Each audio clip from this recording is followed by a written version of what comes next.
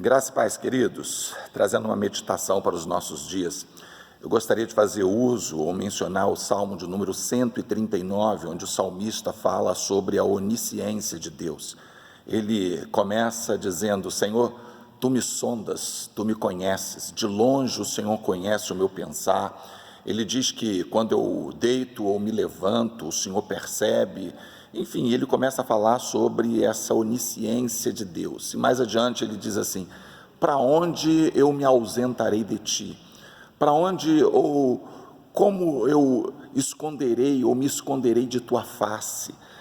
Tu conheces todos os meus caminhos, todos os meus pensamentos. E o salmista ele diz que inclusive no próprio profundo do abismo, se referindo às regiões obscuras, no sentido espiritual, até nesses lugares Deus ele percebe o que acontece. Ou seja, estamos diante de um Deus de quem não se pode esconder, um Deus que tudo sabe, um Deus que conhece os nossos pensamentos mais profundos, as gavetas mais ocultas da nossa alma, um Deus de quem não se pode se esconder.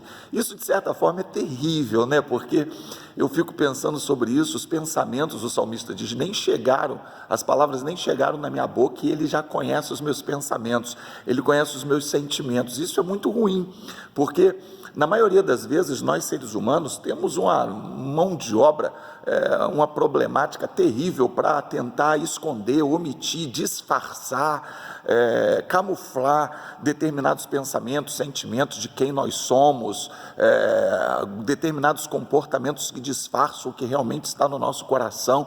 E para Deus isso é absolutamente impossível. Ele conhece o que eu estou pensando agora, Ele conhece a minha linha de raciocínio, Ele sabe o que eu falo antes de eu falar, e o pior, Ele sabe até o porquê eu falo o que eu vou falar.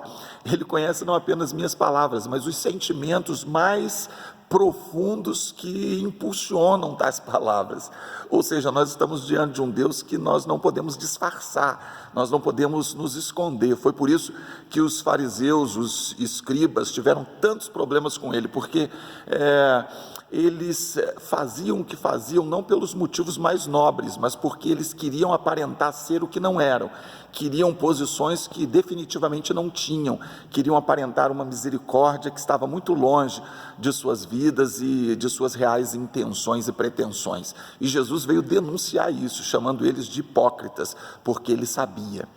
Cara, é muito complicado nós estarmos diante de um Deus de quem nós não podemos esconder absolutamente nada. E essa, eu não diria que é uma parte ruim da coisa, mas é pelo menos constrangedor.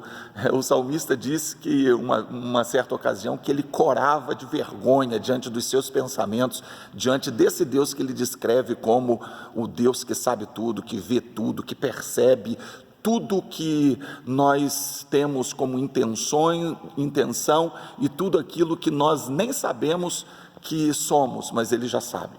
Bom, se esse é o lado ruim, tem um lado extremamente positivo nisso daí. Na verdade, tudo é positivo. Nós estamos diante de um Deus que sabe todas as coisas. Eu digo ruim do ponto de vista humano, de nós não podermos nos esconder, porque nós vivemos, como eu disse, parte da nossa vida dissimulando, tentando fazer com que as pessoas gostem mais da gente, apreciem mais a gente, que as pessoas olhem para nós e tenham algum tipo de encanto pelo nosso modo de ser.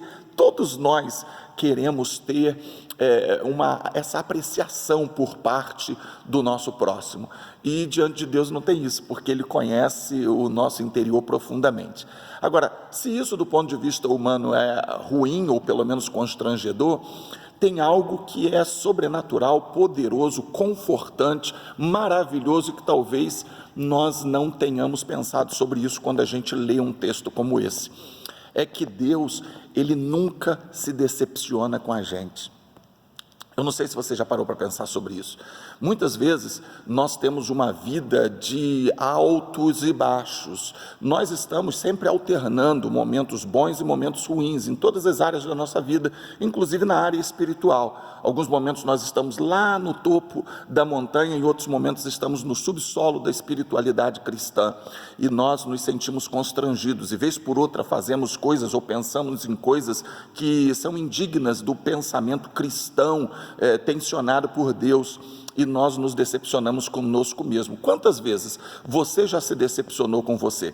Porque eu me decepciono praticamente todos os dias. Quase todos os dias eu me flagro pensando, falando, me comportando de uma forma que é incompatível com o cristianismo. E vez por outra eu sou tentado a pensar assim: caramba, Deus se decepcionou comigo outra vez. Não, Ele não se decepcionou comigo outra vez, porque na verdade ninguém pode decepcionar um Deus que tudo sabe, um Deus que conhece os pensamentos mais profundos dos seus filhos, um Deus que não pode ser surpreendido, viu? Quando Deus te escolheu, quando Ele te chamou, Ele sabia do que você era capaz. Quando Ele me escolheu para ser um pastor, para estar de alguma forma ajudando as pessoas, ministrando as pessoas, Ele sabia do que eu era capaz, e Ele me escolheu a si mesmo. Isso não significa que eu deva me conformar com as minhas limitações, isso significa apenas que eu devo entender que Deus me ama a despeito de quem eu sou, porque Ele sabe quem eu sou desde o início, Ele sabe do que eu sou capaz, eu não o decepciono. Portanto, na próxima vez que você pecar contra Deus e que você se decepcionar com você mesmo, lembre disso, lembre-se de que você não pode decepcionar Deus, e Ele não se decepcionou com você. Você se decepcionou com você, mas não Ele, porque Ele já sabia que você faria o que você fez, e Ele te ama a si mesmo. É claro que Ele espera que você reconheça isso e caia outra vez aos seus pés pedindo perdão, e prossiga, siga em frente diante de um Deus que tudo sabe, inclusive os seus pensamentos mais profundos. Que Deus o abençoe.